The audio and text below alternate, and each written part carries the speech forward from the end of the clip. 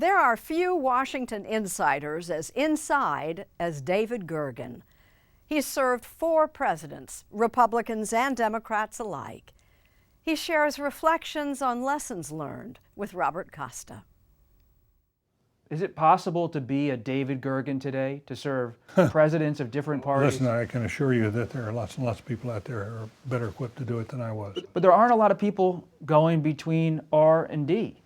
There are not a lot of people, and if you want to see the results, I can show you the scars on my back.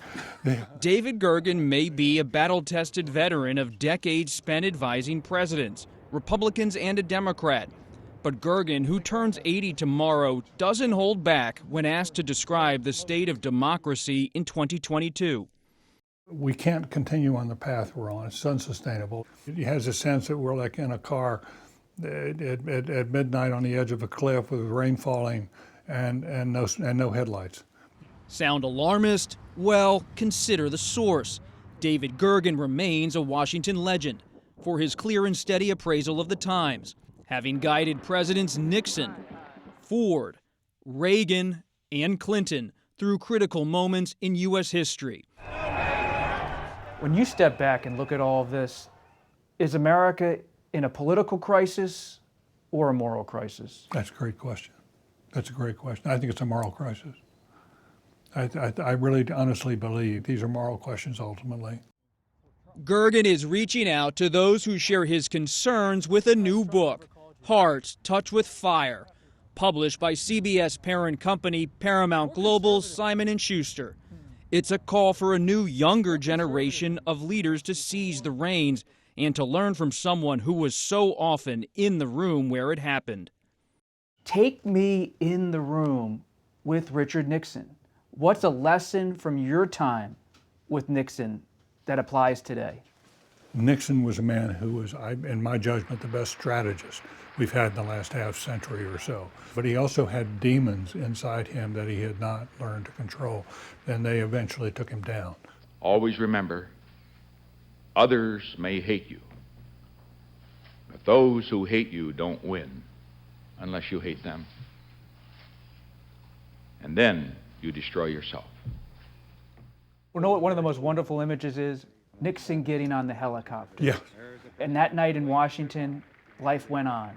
It did, exactly right. I was there, I was on the lawn, I saw the helicopter take off. The transition of power worked in August 1974. It did. Not on January 6, 2021. Absolutely, and I think that is just a measure of how much we've changed. You've worked for Republican presidents. Do you have faith in Leader McCarthy and Leader McConnell? No. I wish I did. I am looking forward to the day, which I think will come, when the Republican Party will regain its balance. But the Republicans are not just dealing with an ideological battle. Yes. They have a former president still on the march politically in this country, pushing a lie. Yep, but there are various signs now that the power, the structure, the Trump in charge, that armor is beginning to fall off a little bit. He looks a little more ragged now than he did before. Gergen's call for new leadership includes our current president. Your book says it's time for the current generation of leaders, frankly, to get out. It's time to head for the exit. It's time for the torch to pass. There are some wonderful people who are in power. Mostly, baby boomers. But the truth is, as a generation, the baby boomers, I think even to many of the baby boomers, has been a disappointment. President Biden, should he run again in 2024? In my judgment, sadly, I think that President Biden's time as an active leader will end with this term, and should end with this term. Would the same message apply in the House and in the Senate? Leader McConnell, Speaker Pelosi? Absolutely. They might say to you, David, we might be near 80, but we can still do the job. We don't need to go away. I think the proof is in the pudding on that question. If this is the job they say they're doing so well, I think most people in the country would disagree with that. Our problem is we've had too many leadership failures, not too many successes. For more than 20 years, Gergen has taught leadership at Harvard's John F. Kennedy School of Government. Like the school's namesake, Gergen is a Navy veteran and sees military service as a character-forming crucible, something missing from the lives of so many today. Do you believe young people are craving some kind of tough, forging experience on leadership? Yes, I do. And I think you see it in some of the Parkland kids. who've been coming back. I think we see it certainly in the climate movement with Greta Thunberg.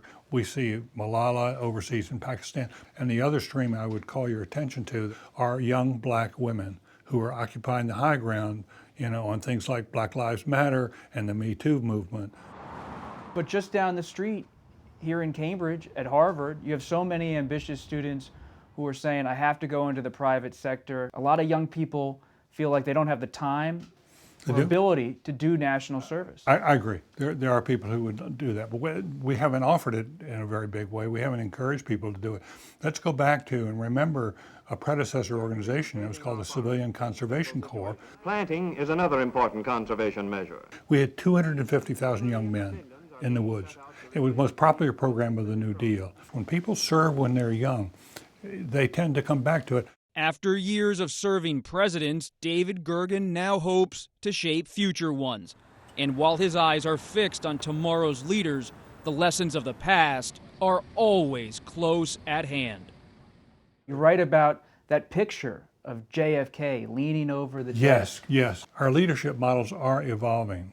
That Kennedy really was that was the great man theory in a picture. It's sort of at dusk, lonely figure, the burden of the world on his shoulders. Look at Obama. From my point of view, the iconic picture of the Obama presidency is when he's down in the Situation Room, we're closing in on Osama, and there are all these people surrounding him, all of his advisors. We've moved from a singular person theory of leadership to a more collective action. Constructive collaboration becomes essential in a really complicated world that's moving so quickly. Leadership can be tough. It can be very tough, but you can't forget the essentials that go back to the Greeks and Romans, of character and of capability and of courage. Those are things that are still necessary today, hundreds of years later.